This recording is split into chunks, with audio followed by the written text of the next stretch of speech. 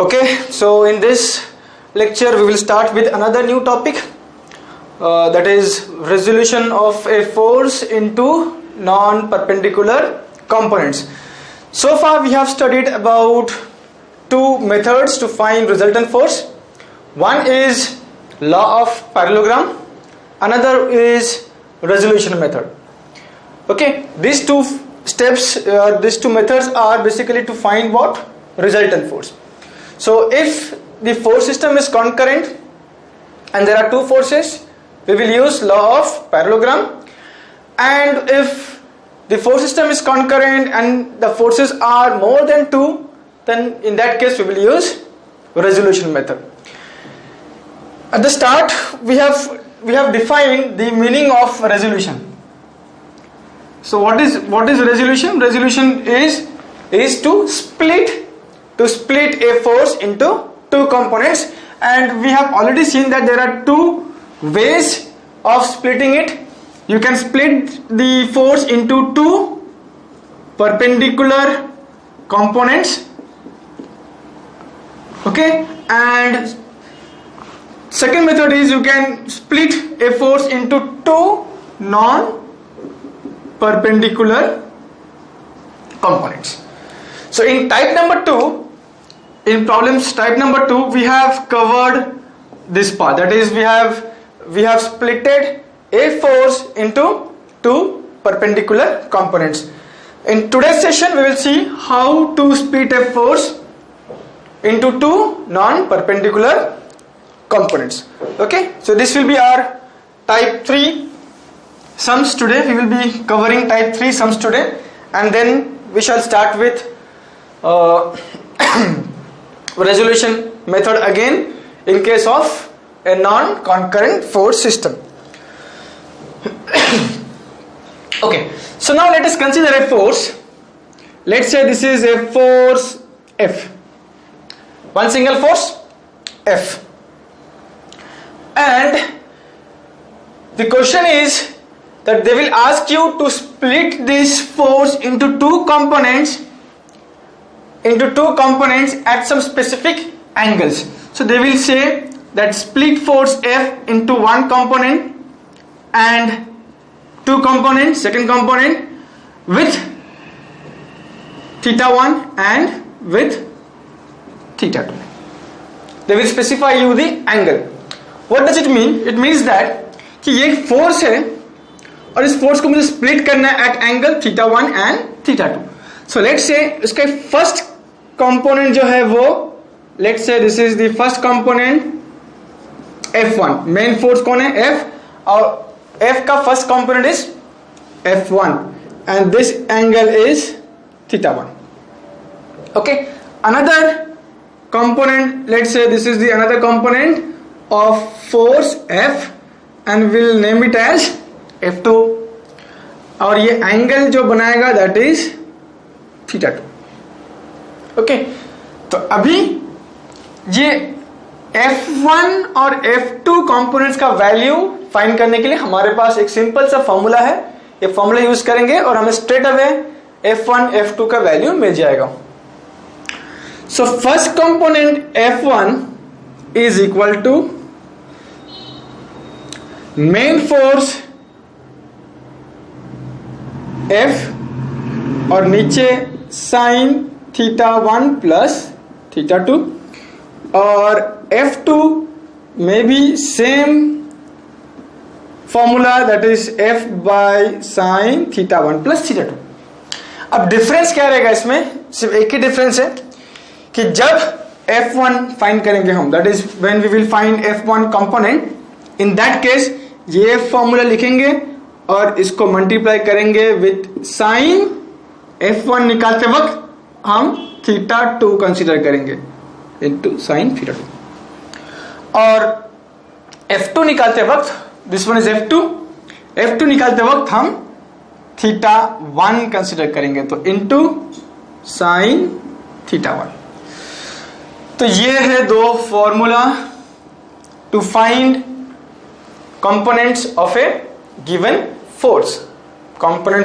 force at some specified angle specified रहेगा। Okay, तो ये है फॉर्मूलाज, लिख लो, काफी सिंपल है और we can expect one question on this topic. So now let us start with numericals. Type 3 numericals is based on this part. और याद रखो कि इसमें जो क्वेश्चंस आएगा, क्वेश्चन में वो लोग ये नहीं पूछेंगे कि फाइंड रिजल्टेंट फोर्स, ये ऐसा नहीं पूछेंगे। वो लोग क्या पूछेंगे क्वेश्चन में कि one single force is given, find its two component at angle θ1 and angle θ2। ठीक है, तो ये टाइप के क्वेश्चंस में वो लोग रिजल्टेंट फोर्स निकालने नहीं बोलेंगे, right. So now let us start with numerical type 3 का sums, resolution of a single force into non-perpendicular components। very simple, straightforward। 5 questions हैं। question number 1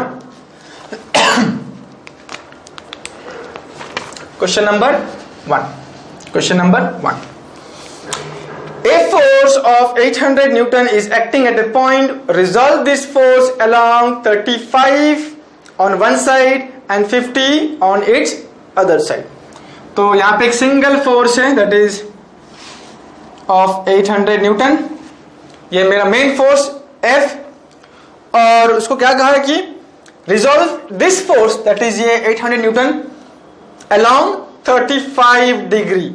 तो ये जो 35 दिया है angle, let us consider it as θ1, और दूसरा जो दिया है दैट इज θ2, कितना दिया है 50 degree.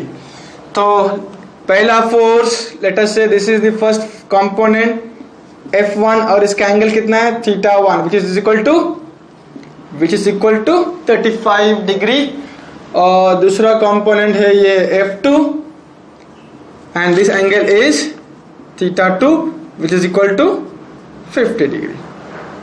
Now find F1 F2। Straight away formula लिख दो, that is F1 is equal to main force F sin θ1 plus θ2।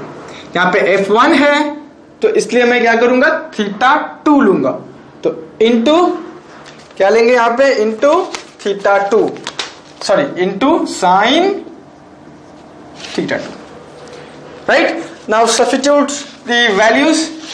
F कितना है, F is 800 newton, 800 into sin θ2 is 50 degree divide by sin θ1 कितना है 35 plus 50। Calculate करो, answer कितना मिलेगा 615.18 Newton. So this is F1, straight forward question. कितना मिलेगा F1, कितना मिला 615.18। सिमिलरली F2, F इंटू यहां पे लिख देता हूं मैं साइन सेम θ1 प्लस θ2, कितना रहेगा यहाँ पे साइन, यहाँ पे F2 है इसलिए यहाँ पे θ1 आएगा। So now substitute the value, F is 800 into sine θ1 is 35 divide by sine 35 plus 50। Calculate करो और तुम्हें आंसर क्या मिलेगा 460.61 newton. So this is your F1, this is your F1, right. Very simple, straight forward. सिर्फ questions पढ़ो, formula apply करो, values put up करो and you will get the answers. Very simple. Next one, question number 2, same style में same questions.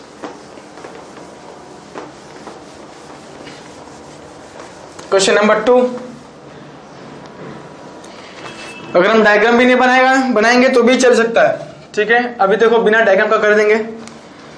Question number 2, resolve the force of 12 Newton in two directions at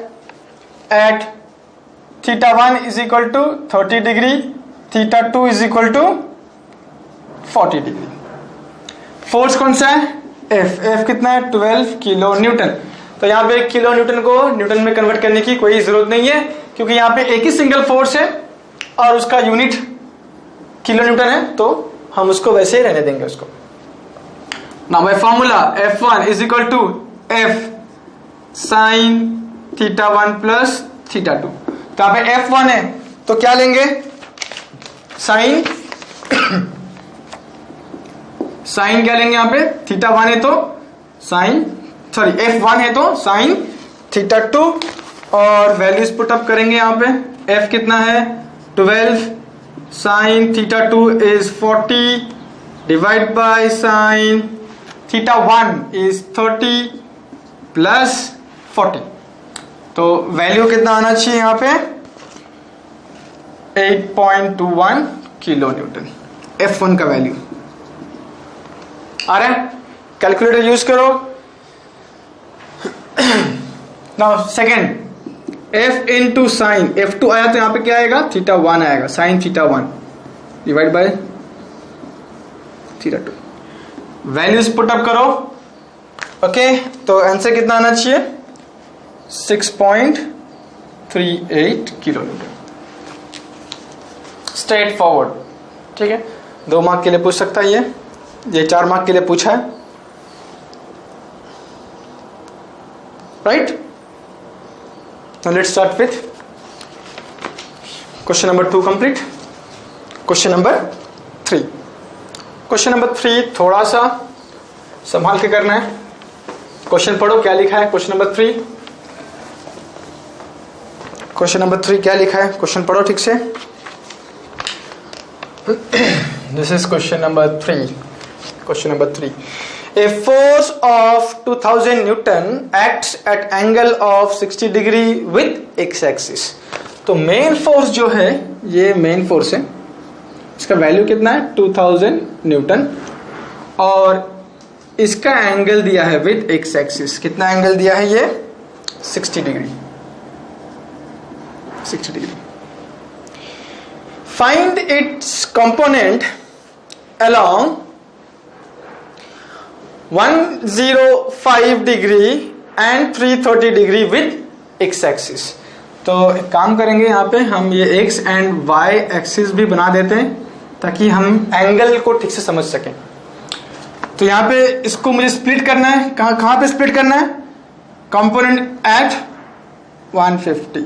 so let's say ये positive x है, ये negative x, यहां से लेके ये component let's say ये कितना है ये F2, तो ये जो कंपोनेंट है यहां से लेके पॉजिटिव x तक का डिस्टेंस कितना है एंगल कितना है 105। तो मैं यहां पे लिखता हूं ये एंगल कितना है, दिस एंगल इज 105 डिग्री। उसके बाद दूसरा कंपोनेंट जो है that is at an angle of 330 from positive x axis. तो मतलब यहां से घूम के जाएगा and it will come in fourth quadrant. तो ये हो गया मेरा F1। तो यहां से ये पूरा घूम के पॉजिटिव x से लेके पूरा आएगा यहां तक। कितना डिस्टेंस हुआ उसका 330। तो ये एंगल कितना रहेगा कितना रहेगा ये एंगल 360, मतलब पूरा एंगल माइनस ये 330 माइनस ये 330 कितना देगा मुझे 30 डिग्री। तो एंगल कितना हो गया 30 degree, right. Okay right.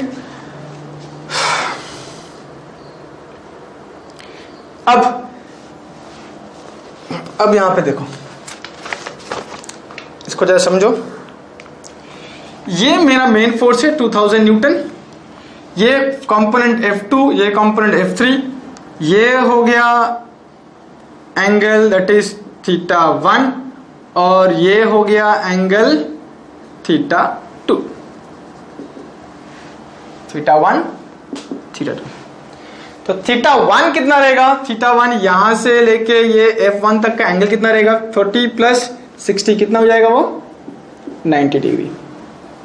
Okay, और θ2 कितना होगा, ये 105 तो पूरा एंगल है, वहां से ये 60 माइनस कर देंगे तो कितना बचेगा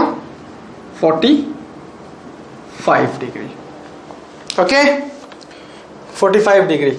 Now use formula, direct formula use करो, that is F1 is equal to क्या रहेगा, F1 is equal to F sin theta 2 divided by sin theta plus theta 1.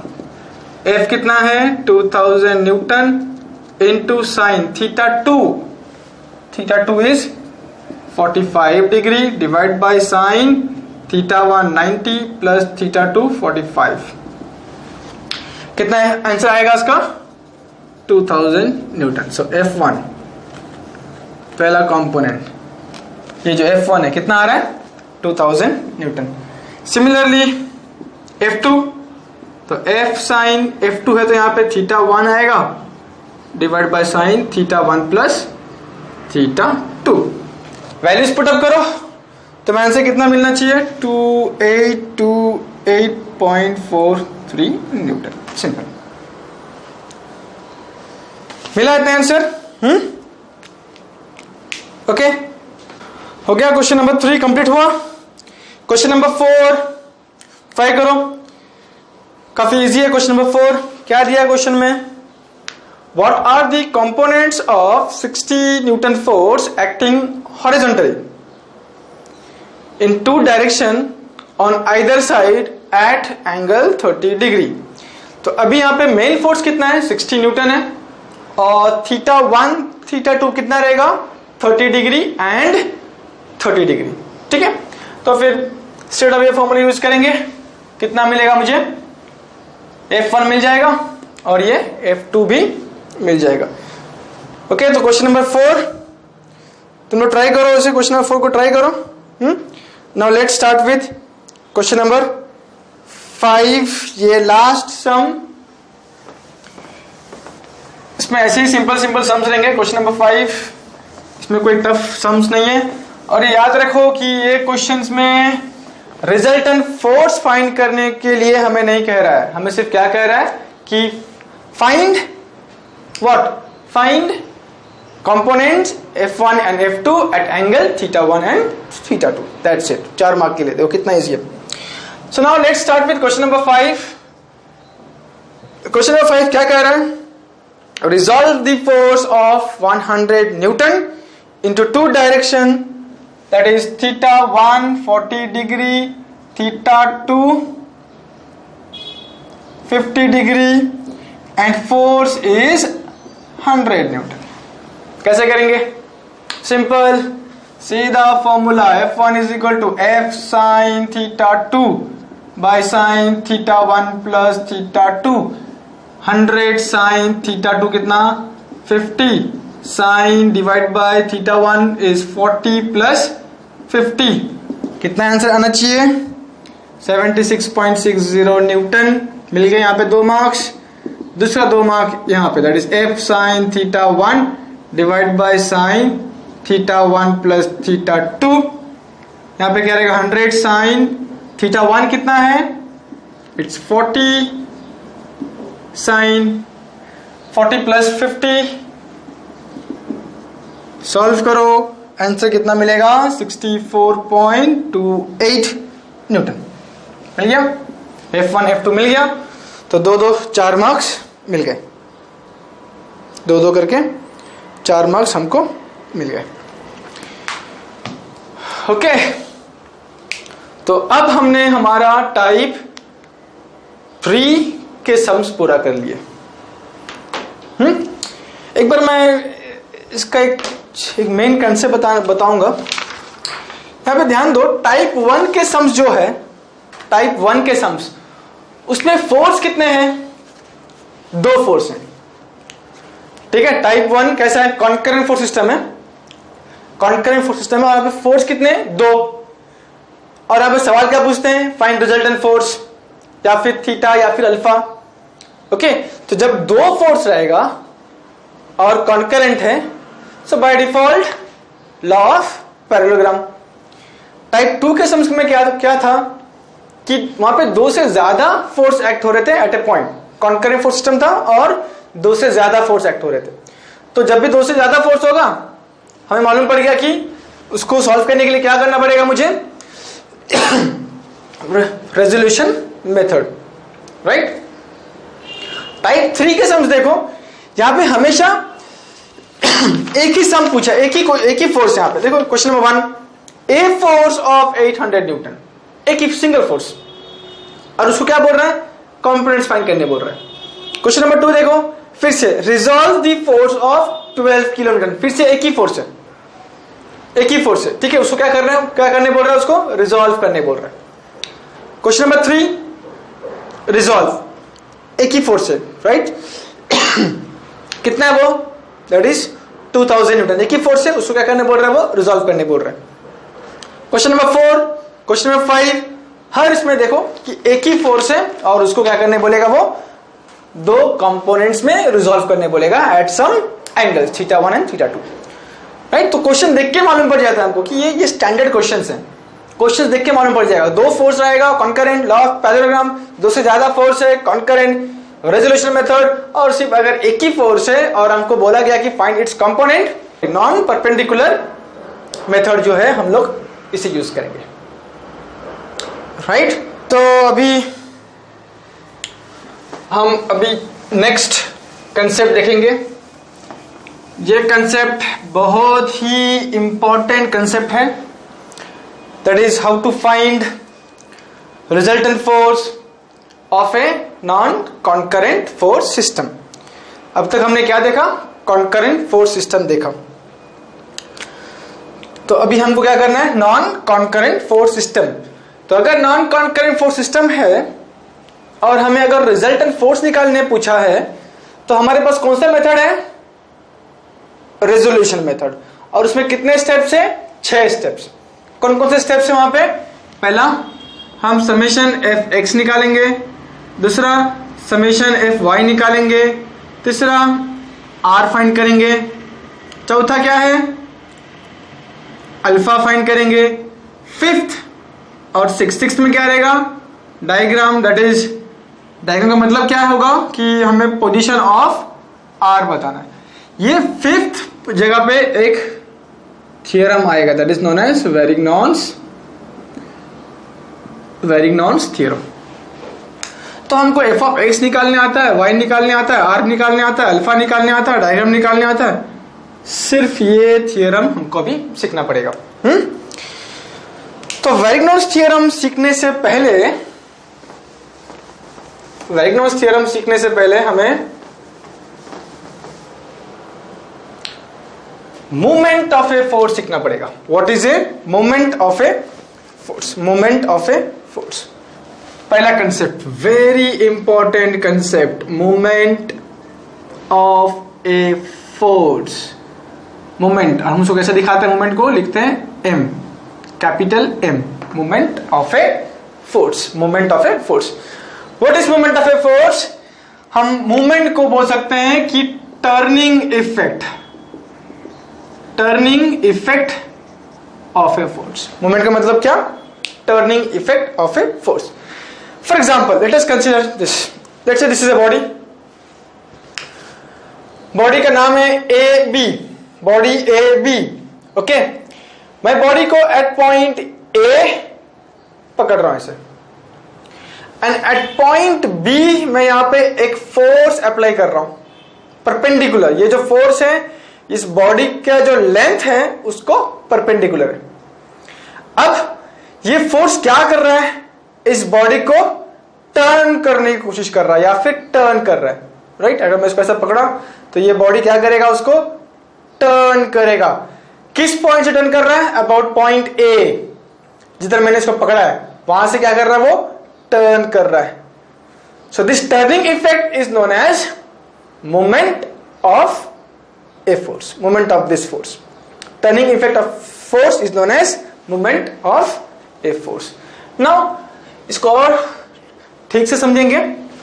So let us consider a body. अभी जो body हमने दिखाया था, right, ये marker, ये साइड क्या है? A, ये क्या था? B, और एट पॉइंट B हमने क्या किया था? उसको पकड़ के रखे थे उसको, ओके। तो हम लोग यहाँ पे एक दिखाते कि हमने एट पॉइंट A उसको पकड़ के रखें, and at point B there is a force acting which is perpendicular to the length of the body, perpendicular to the length of the body. Okay, right? So now this force will try to turn this body AB about which point, किस point से turn करेगा? अभी हमने यहाँ पे पकड़े थे, देखो किस पॉइंट से टर्न कर रहा था वो, अबाउट पॉइंट A. तो ये जो इस पॉइंट से टर्न होगा, so this point A is known as moment point. So this point A is known as moment point. Okay, now how to find out the magnitude of this moment, of this turning moment? ठीक है, मुझे specify करना पड़ेगा कि भाई जो turn हो रहा है, टर्निंग इफेक्ट वो कितना है इफेक्ट वो. Okay, so now M stands for, पहला पॉइंट याद रखना जो हमको, किसके बारे में? मोमेंट ऑफ ए फोर्स के बारे में. First point that is moment M. कौन प्रोड्यूस करता है मोमेंट? फोर्स ना. फोर्स एक्ट होगा तो ये तो टर्न होगा, turning effect of a force. तो ये moment of a force, moment कौन प्रोड्यूस करता है?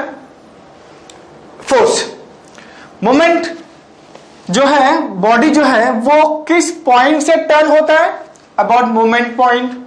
तो ये जो पॉइंट ए है वो क्या है? हमारा मोमेंट पॉइंट. तो हम मोमेंट पॉइंट नीचे लिखेंगे. तो ये 3 लेटर आना चाहिए. इसको कैसे रीड करेंगे हम लोग? M for moment, F for force, about A, that is about moment point. इसका मतलब क्या कि ये जो फोर्स है इस बॉडी को टर्न करेगा about point A, about point A. And इसका वैल्यू कैसे निकालेंगे? वैल्यू इज फोर्स जो एक्ट कर रहा है इनटू परपेंडिकुलर डिस्टेंस.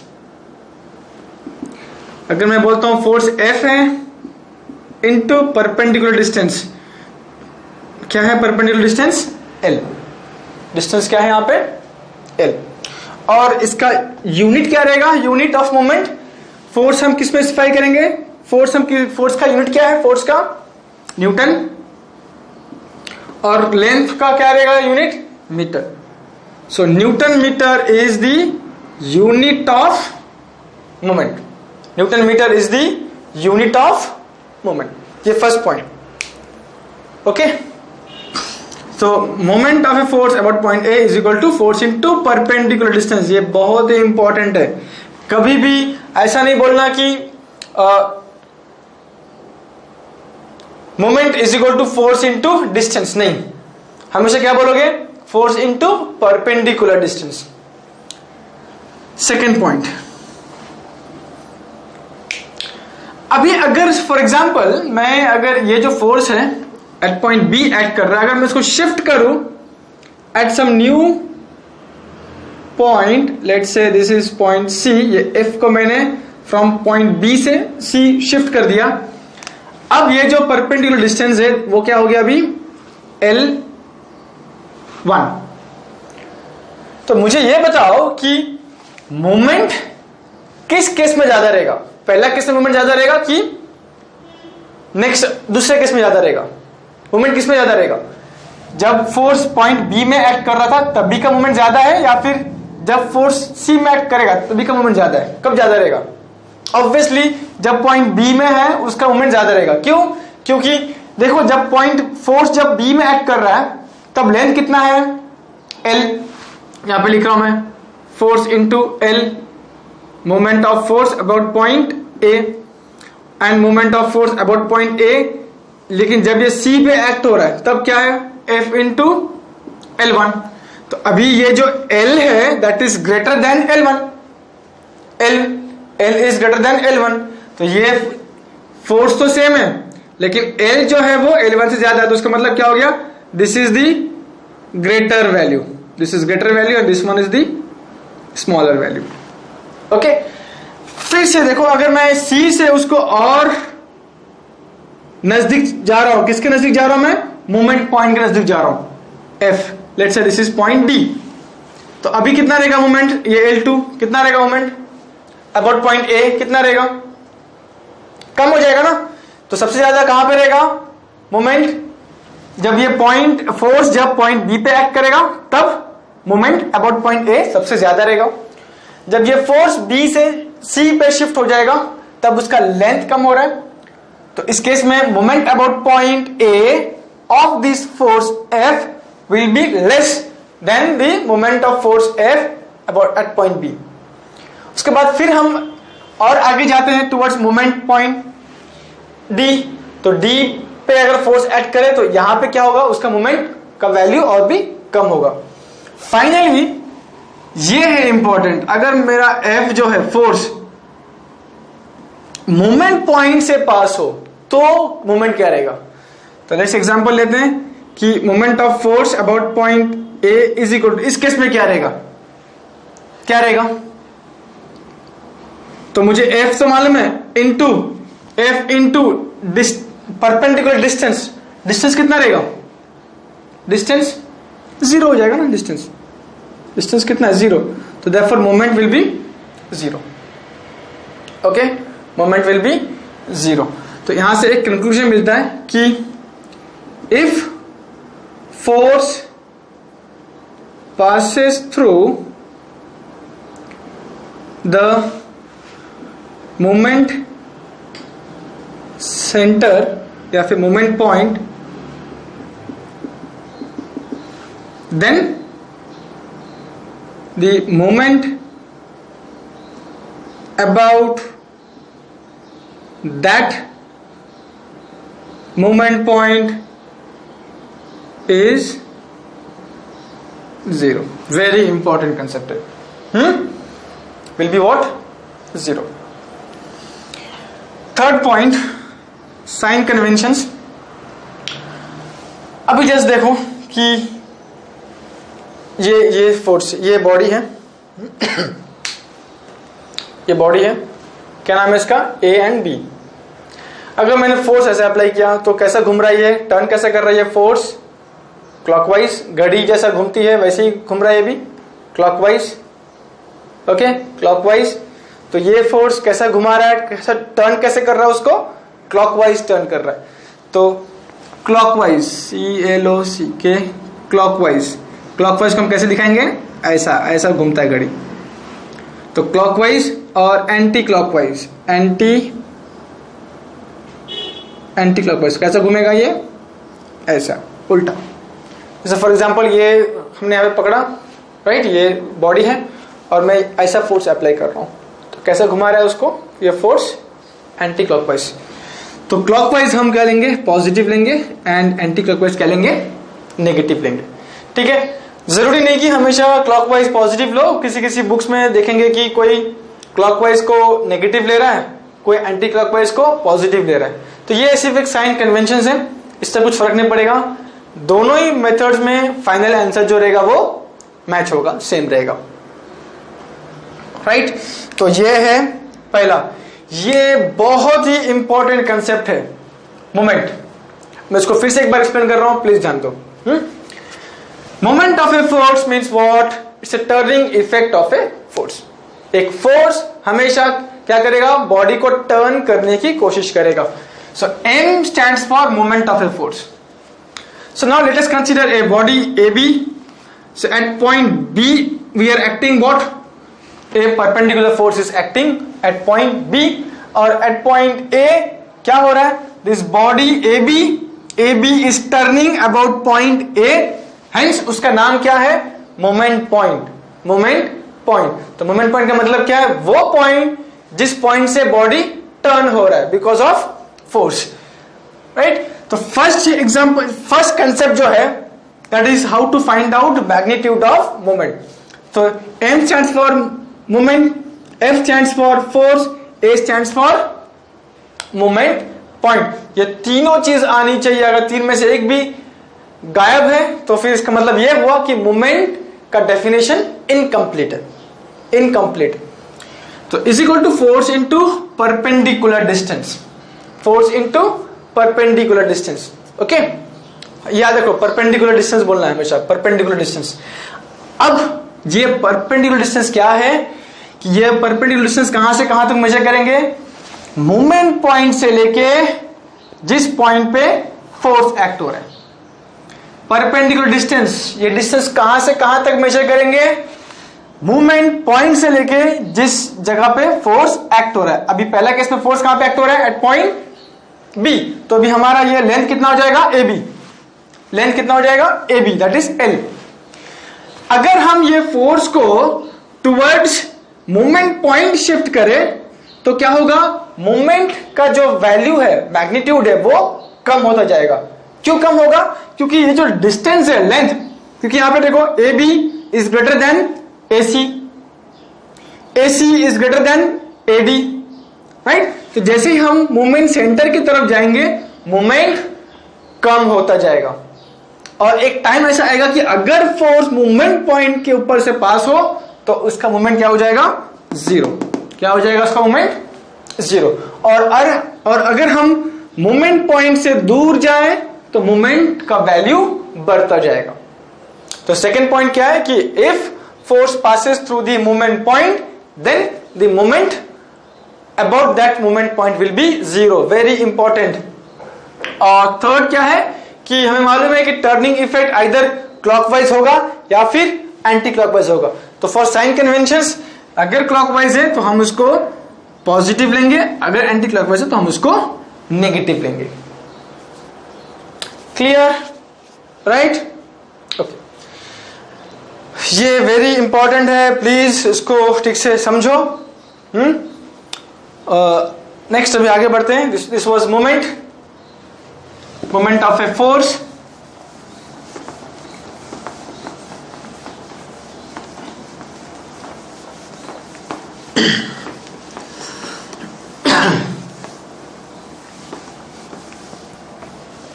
तो मोमेंट जो था हमारा वो फर्स्ट पॉइंट था। सेकंड पॉइंट जो ये बेसिक ट्रिग्नोमेट्री है, ये तुमको आता होगा, 10th में किए रहेंगे सबने। ये राइट एंगल ट्रायंगल कंसीडर करो, let's say this is a right angle triangle, this is a right angle triangle, okay. उसका वैल्यू कितना है, नाम क्या उसका, let's say A B C. और लेट्स से ये जो डिस्टेंस है उसको हम बोलते हैं y, ये जो डिस्टेंस है ए बी x, और ए सी जो रहेगा दैट इज h, हाइपोटेन्यूस। तो A B is x, B C is y, vertical height, और ये ए सी क्या है, h। And now if this is your theta, ये एंगल मुझे मालूम है।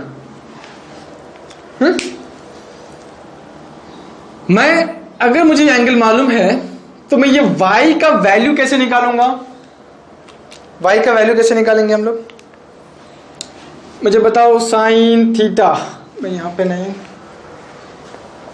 ओके ठीक है, यहां पे लिख दो। साइन थीटा क्या है, sine theta is opposite side by hypotenuse, opposite side by hypotenuse. What is cos theta? Adjacent side by hypotenuse. What is tan theta? Tan theta क्या रहेगा, opposite side by adjacent side, okay? तो अभी मुझे क्या चाहिए, ये theta है, ये थीटा मुझे मालूम है, वैल्यू मुझे मालूम है, ये 90 डिग्री है, और ये थीटा कितना है, लेट्स से मुझे मालूम नहीं, ये थीटा मुझे मालूम है। अगर मुझे ये थीटा मालूम है और मुझे इसका अपोजिट जो है, अपोजिट में जो साइड कौन सा है, बीसी, थीटा के एग्जैक्ट अपोजिट में कौन है, बीसी, और थीटा के एडजेसेंट में कौन है, एबी। तो थीटा के अपोजिट बीसी, थीटा के एडजेसेंट एबी, और थीटा के ये क्या हो गया, एसी क्या हो गया, हाइपोटेन्यूस। तो यहाँ पे 3 साइड्स है, ऐसे याद रखो कि एडजेसेंट, अपोजिट, हाइपोटेन्यूस। तो अगर ये थीटा है तो एकदम अपोजिट में कौन आया, बीसी आया, तो ये मेरा अपोजिट साइड हो गया, बीसी इज अपोजिट साइड, और एबी क्या हो गया, एडजेसेंट साइड, और एसी क्या हो गया, हाइपोटेन्यूस। तो फिर अगर ये थीटा तुमको मालूम है तो फिर ये कैसे निकालोगे, YC का वैल्यू कैसे निकालेंगे? अपोजिट किस में आता है? अपोजिट ये जो साइड है वो किस में आता है? अपोजिट साइड किस में आ रहा है? साइन में आता है ना अपोजिट साइड। तो अगर अपोजिट चाहिए तो हम क्या करेंगे? Hypotenuse H into sine theta, क्योंकि अपोजिट ये जो वर्ड है किस में आता है? साइन थीटा में आता है। तो हम पहले क्या करेंगे? सीधा साइन थीटा लिख देंगे, ठीक है। एडजेसेंट साइड किस में आता है? कॉस में आता है ना एडजेसेंट साइड। तो मैं यहां पे लिखूंगा is equal to cos theta. तो किसका साइन थीटा, किसका कॉस थीटा? ये हाइपोटेनियस, तो hypotenuse H and H, okay. और एक एग्जांपल लेते हैं। ये है again ABC, this is 90, let's say this is theta, okay. ये H है, ये Y है और ये X है। अब मुझे ये थीटा मालूम है। अब ये थीटा का अपोजिट साइड कौन है? AB, okay. थीटा का एडजेसेंट कौन है अभी? BC। पहले क्या था? BC क्या था? पहले अपोजिट था, अब BC क्या हो गया? एडजेसेंट। तो डिपेंड करता है कि तुम्हारा एंगल कौन सा है, तुम कौन सा एंगल ले रहे हो। तो अगर ये थीटा है और ये साइड AB अपोजिट है तो वैल्यू क्या आएगा? साइन थीटा, क्योंकि अपोजिट है और अपोजिट कहां पे आता है? साइन थीटा में आता है। और ये कौन है? एडजेसेंट। तो यहां पे क्या आएगा? Cos theta. लेकिन किसका कॉस थीटा, किसका साइन थीटा? हाइपोटेनियस का। तो यहां पे H और यहां पे H, ठीक है। ये बेसिक तो तुमने किए होंगे 10th में, 9-10 में, फिर भी अभी हमें ये बहुत जरूरत पड़ेगा।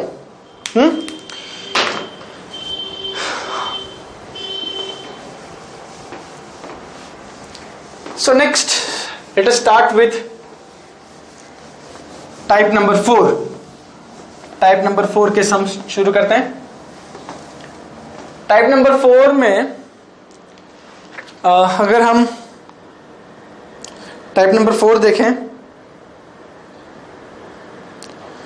तो क्वेश्चन जो है वो कैसा है? फर्स्ट क्वेश्चन देखो, फर्स्ट सेकंड थर्ड क्वेश्चन देखो कैसा है।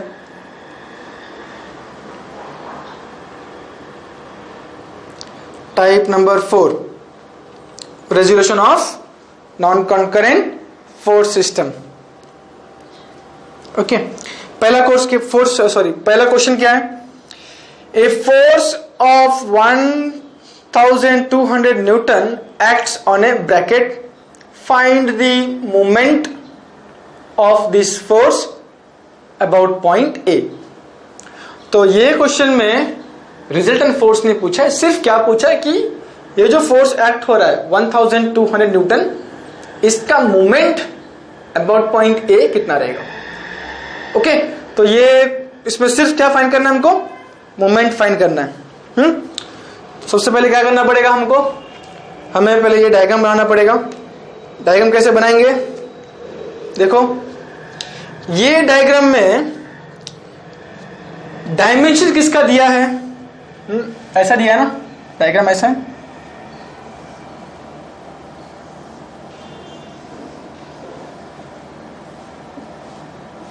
ऐसा दिया है। ये कितना है? 1200 न्यूटन। ये कितना है? 30 डिग्री। और ये कितना है?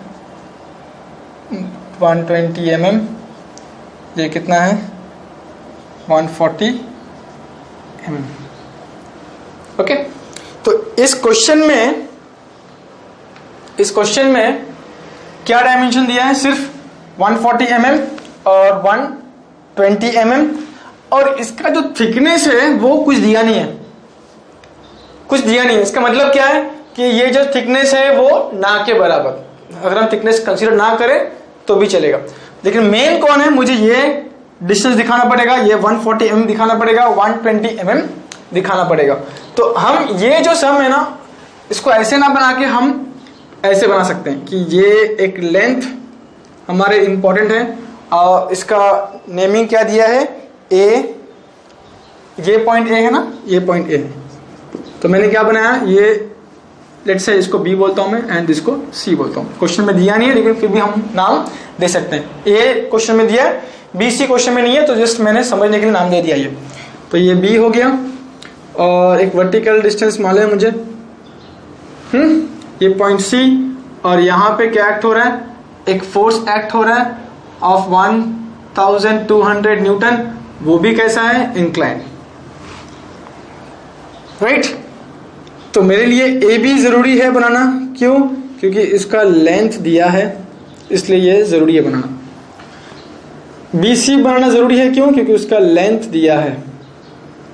तो मैं ये डायग्राम को ऐसे बना सकता हूं, क्योंकि अगर थिकनेस दिया नहीं है तो थिकनेस बना के फायदा नहीं, क्योंकि वो हम यूज नहीं करेंगे।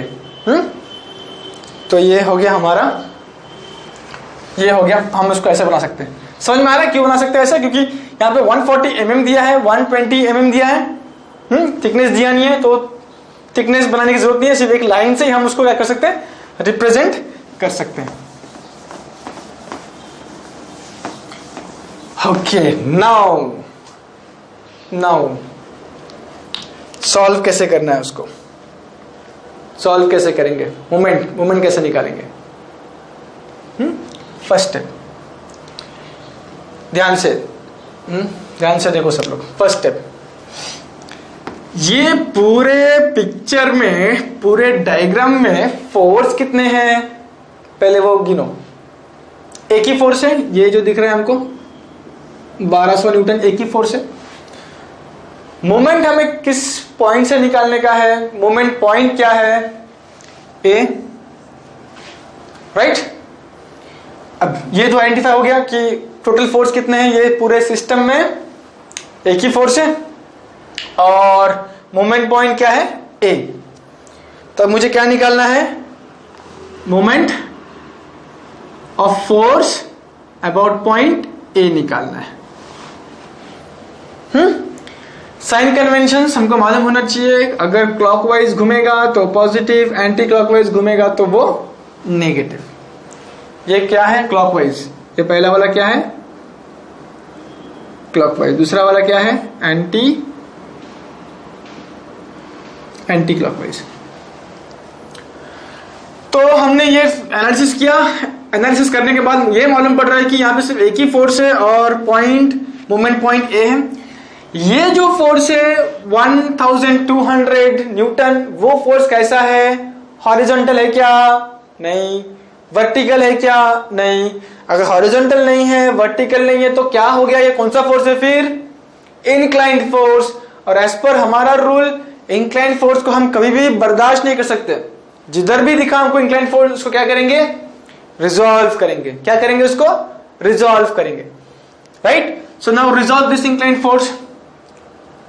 अब नॉन कॉन्करेंट फोर्स सिस्टम में याद रखो कि रिजॉल्व कहां पे करते हैं हम, रिजॉल्व कहां पे करेंगे। ये जो फोर्स एक्ट हो रहा है, फोर्स कहां पे हो रहा है, एक्ट यहां पे हो रहा है at point C, this is the point of application. तो हम ये फोर्स जो है 1200 न्यूटन, इसको कहां पे रिजॉल्व करेंगे, एट पॉइंट ऑफ एप्लीकेशन। कहां पे रिजॉल्व करेंगे, at point of application, right. जब भी मूवमेंट निकालने बोला तुम्हें और कोई भी फोर्स उसमें इंक्लाइंड है, उसको क्या करना पड़ेगा, मुझे रिजॉल्व करना पड़ेगा इनटू टू परपेंडिकुलर कंपोनेंट्स। तो वो फोर्स को मैं कहां पे रिजॉल्व करूंगा, at the point of application. ये है पॉइंट ऑफ एप्लीकेशन। तो एक फोर्स क्या करेगा, कंपोनेंट कहां पे जाएगा, टुवर्ड्स राइट जाएगा, और दूसरा क्या होगा, towards in upward direction. Arrow देख लो, मेन फोर्स बाहर की तरफ, इसलिए एक्स भी बाहर एंड वाई भी बाहर की तरफ। ये वैल्यू कितना होगा, हॉरिजॉन्टल फोर्स है तो cos 30 डिग्री किसका, 1200 न्यूटन का। ये कितना रहेगा, 1200 न्यूटन साइन 30, राइट। इसको तुमने क्या किया, मेन फोर्स को स्प्लिट कर दिया, तोड़ के दो हिस्से में बनाया ना। इसका मतलब ये फोर्स नहीं है, गायब। इसका मतलब क्या हो गया, ये फोर्स ना के बराबर नहीं है। तुम लोग एग्जाम में रब नहीं करोगे, ये सिर्फ समझने के लिए रब किया है। ये भी नहीं है, गायब। अब टोटल फोर्स कितने हैं, अभी पहले एक ही था, अब कितना हो गया, दो हो गया। नाउ ये दोनों फोर्स का मुझे क्या निकालना है, turning effect, moment of this two forces about point A. About point ए क्यों, क्योंकि क्वेश्चन ने बोला है हमको कि अबाउट पॉइंट ए लेने के लिए, मोमेंट निकालने के लिए अबाउट पॉइंट ए। तो कैसे निकालेंगे, ध्यान दो। पहला फोर्स यहां पे लिख देंगे, पहला फोर्स कौन है, 1200 साइन 30, ये मेरा पहला फोर्स है। तो एज पर मोमेंट का फॉर्मूला, क्या फॉर्मूला है, force into perpendicular distance. Moment is what, force into perpendicular distance. तो पहले हम लोग ये फोर्स का मोमेंट निकालेंगे, वर्टिकल फोर्स का मोमेंट निकालेंगे। तो मैंने क्या किया, पहले इसका फोर्स लिख दिया इनटू, अब मुझे क्या चाहिए, उसका परपेंडिकुलर डिस्टेंस चाहिए।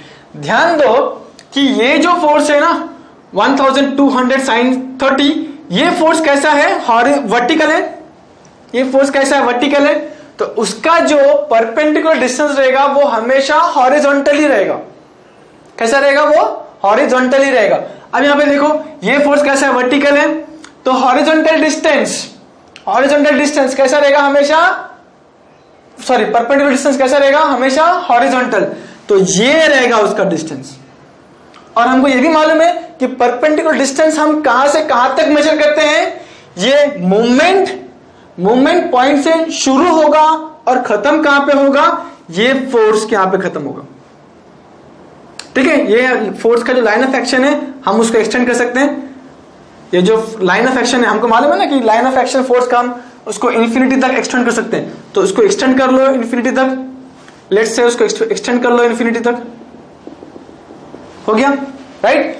अब ये फोर्स कैसा है, वर्टिकल है, तो डिस्टेंस कैसा रहेगा, हॉरिजॉन्टल। और डिस्टेंस हम कहां से कहां तक मेजर करेंगे, शुरू कहां से करेंगे, मोमेंट पॉइंट से शुरू करेंगे, और डिस्टेंस खत्म कहां पे होगा, जहां पे फोर्स एक्ट हो रहा है। तो ये हॉरिजॉन्टल डिस्टेंस रहेगा।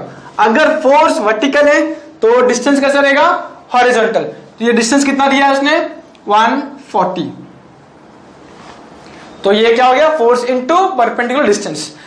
अब ये जो डिस्टेंस है ए बी, ये जो फोर्स है जो एक्ट हो रहा है ऊपर की तरफ, डिस्टेंस ए बी को कैसे घुमाएगा वो, अबाउट दिस पॉइंट। यहाँ पे एक फिंगर रखो और जस्ट इमेजिन करो ए बी डिस्टेंस है और यहां से क्या कर रहा है, फोर्स उसको ऊपर की तरफ खींच रहा है।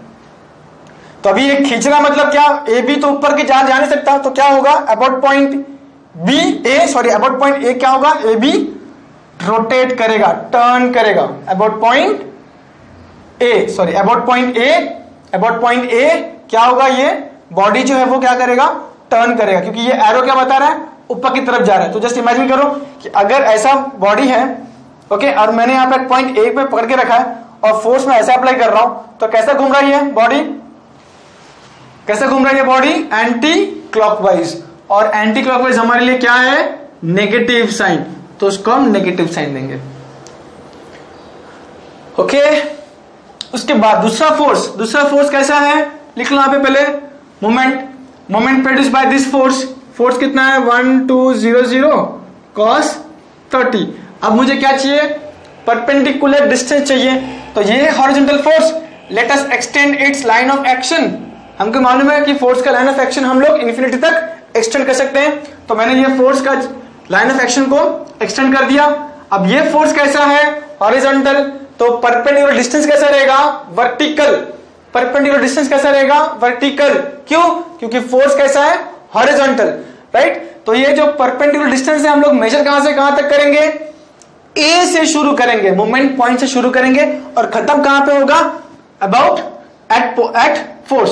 तो ए से शुरू होगा और फोर्स पे खत्म होगा, राइट। तो अभी यहां पे देखो कि ये डिस्टेंस तुमको मालूम है क्या, यहां पे देखो ये BC है, that is equal to this height. तो ये हाइट जो है इज इक्वल टू BC का हाइट। तो कितना डिस्टेंस रहेगा ये, 120। तो यहां पे लिख देंगे 120, ओके, राइट। अभी ये जो डिस्टेंस है, जस्ट इमेजिन करो, ये डिस्टेंस जो है, ये डिस्टेंस कहां से मेजर करेंगे हम, ए से। ये डिस्टेंस जो है, ये फोर्स कैसा एक्ट हो रहा है, टुवर्ड्स राइट। तो अबाउट पॉइंट ए ये डिस्टेंस है, कैसे घूमेगा? क्लॉकवाइज। कैसे घूमेगा? क्लॉकवाइज। इसलिए ये क्या हो जाएगा? पॉजिटिव, क्योंकि क्लॉकवाइज क्या है हमारे लिए? Positive value. याद रखो परपेंडिकुलर डिस्टेंस हम हमेशा कहां से मेजर करेंगे? ए से ही मेजर करना, ठीक है। तो जब हमने फोर्स हॉरिजॉन्टल फोर्स लिया तब ये डिस्टेंस कितना हो गया? Is equal to BC. तो अभी बीसी को मत पकड़ते बैठना, अबाउट पॉइंट ए ही लेना। तो ए से ये हाइट, ये डिस्टेंस इस फोर्स के वजह से कैसे घूमेगा? क्लॉकवाइज, तो पॉजिटिव। ओके, तो अभी हमको क्या करना है? इसका आंसर बताओ कितना आएगा? कैल्शियम पुटअप करो और मुझे इसका आंसर बताओ कितना आएगा आंसर। आंसर इसका है 40707 40707.66 unit newton metre, newton mm, very sorry, newton mm. क्यों? क्योंकि फोर्स किस में था? न्यूटन में था, और डिस्टेंस किस में था? एमएम में था, तो इसलिए यूनिट क्या रहेगा? Newton metre. अभी ये वैल्यू क्या है? पॉजिटिव आया है। ये वैल्यू क्या है? पॉजिटिव आया है। कैल्शियम में नेगेटिव नहीं है, मतलब ये क्या है? पॉजिटिव। नेगेटिव नहीं है मतलब क्या? ये पॉजिटिव है। इसका मतलब क्या हो गया? 4070.66 न्यूटन एमएम। तो मुझे बताओ कि मोमेंट पॉजिटिव कब रहता है? मोमेंट पॉजिटिव कब रहता है? कब रहेगा पॉजिटिव? जब ये क्लॉकवाइज टर्न होगा। तो यहां पे मुझे बताना पड़ेगा कि ये मोमेंट कैसा जा रहा है? इन क्लॉकवाइज डायरेक्शन, ऐसा दिखाना पड़ेगा, ठीक है। Magnitude as well as direction. Moment का क्या चाहिए? Magnitude as well as direction. Clear? Moment कैसे निकालते हैं? तो याद रखो कि सबसे पहले जरूरत क्या है? तुमको मालूम होना चाहिए कि फोर्स कितना एक्ट हो रहा है और मोमेंट पॉइंट कौन सा है। एक बार ये डिसाइड हो गया, उसके बाद फिर तुमको मालूम होना चाहिए कि जो फोर्सेस एक्ट हो रहा है उसमें से इंक्लाइंड फोर्स कितने। तो जो भी इंक्लाइंड फोर्स रहेगा उसको रिजॉल्व करो, लेकिन रिजॉल्व कहां पे करोगे? मोमेंट निकालते वक्त कहां पे रिजॉल्व करोगे? हमेशा एट पॉइंट ऑफ एप्लीकेशन। कहां पे आप इसको रिजॉल्व करोगे? At the point of application, at the point of application, ठीक है। उसके बाद फिर जितने भी फोर्स रहेंगे उनका मोमेंट निकालेंगे अबाउट मोमेंट पॉइंट। तो यहां इस केस में दो फोर्सेस थे, एक फोर्स क्या है? वर्टिकल है, दूसरा फोर्स कैसा है? हॉरिजॉन्टल। पहले हमने वर्टिकल फोर्स लिया, तो मोमेंट का फॉर्मूला क्या है? Force into perpendicular distance. तो यहां पे जो फोर्स है वो कैसा है? वर्टिकल है, तो इसका जो परपेंडिकुलर डिस्टेंस रहेगा वो कैसा रहेगा? हॉरिजॉन्टल। कैसा रहेगा? हॉरिजॉन्टल। और वो परपेंडिकुलर डिस्टेंस हम कहां से मेजर करेंगे? हमेशा याद रखो, कहां से मेजर करेंगे? स्टार्ट कहां से करेंगे? हमेशा मोमेंट पॉइंट से करेंगे स्टार्ट, और एंड कहां पे होगा? जहां पे फोर्स है। तो ये हॉरिजॉन्टल डिस्टेंस रहेगा उसका। तो ये force vertical and this is horizontal perpendicular distance, ठीक है। तो कैसे घुमाएगा उसको? इसको कैसे घुमा रहा है? एबी को इन एंटी क्लॉकवाइज डायरेक्शन, तो ये नेगेटिव। उसके बाद दूसरा फोर्स कौन सा है? 1200 cos 30। ये फोर्स कैसा है? हॉरिजॉन्टल है। अगर हॉरिजॉन्टल फोर्स होगा तो जो परपेंडिकुलर डिस्टेंस है वो कैसा होना चाहिए? वर्टिकल होना चाहिए, वर्टिकल होना चाहिए। और कहां से मेजर करोगे डिस्टेंस? वो शुरू कहां से होगा? मोमेंट पॉइंट से शुरू होगा और खत्म कहां पे होगा? At the force. तो ये डिस्टेंस कितना है? ये डिस्टेंस हमको ऑलरेडी दिया कि this distance is equal to BC, logical है।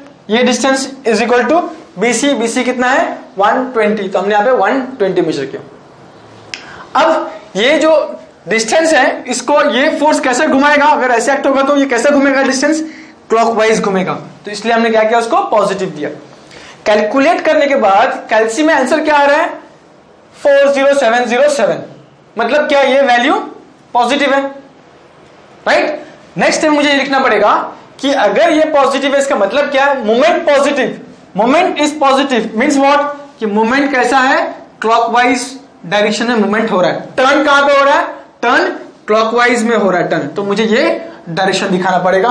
तो इस तरह से हम moment of force about point A find करेंगे। क्या करेंगे? मोमेंट ऐसे फाइंड करेंगे। ओके,